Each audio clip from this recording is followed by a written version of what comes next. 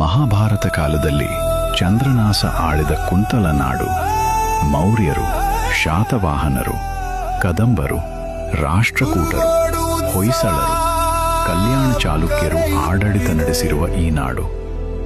ಸಿಂಧ ವಂಶದ 11 ರಾಜರು ಕ್ರಿಸ್ತಶಕ 950ರಿಂದ 1200ವರೆಗೆ ಬಲ್ಲಕುಂದೆ 300 ನಾಡಿನ ರಾಜಧಾನಿಯನ್ನಾಗಿಸಿಕೊಂಡು ಸಂಪತ್ಭರಿತದಿಂದ ಸಾಹಿತ್ಯ, ಧಾರ್ಮಿಕ, ಸಾಂಸ್ಕೃತಿಕವಾಗಿ ವೈಭವದಿಂದ ಕುರುಗೋಡಿನಲ್ಲಿ ಆಡಳಿತ ನಡೆಸಿದ್ದಾರೆ. ಇಂತಹ ವೈಭವ ಕಥೆಯಲ್ಲಿ ಕೇಳಿದ್ದೇವೆ. ಆದರೆ ಇಂದು ಗತವೈಭವವನ್ನು ಪುನಃ ನೋಡುವ ಅವಕಾಶ ನಮ್ಮ ಕಣ್ಮುಂದೆ ಬಂದಿದೆ. ಇದೇ ತಿಂಗಳ ಫೆಬ್ರವರಿ 15 ಮತ್ತು 16ರಂದು ಕುರುಗೋಡು ಪಟ್ಟಣದಲ್ಲಿ ಜರುಗುವ ಕುರುಗೋಡು ಉತ್ಸವದಲ್ಲಿ ನೋಡಬಹುದು. ಈ ಉತ್ಸವದಲ್ಲಿ ಎಲ್ಲರೂ ಪಾಲ್ಗೊಂಡು ನಮ್ಮ ಇತಿಹಾಸದ ಗತವೈಭವ ಸವಿಯೋಣ.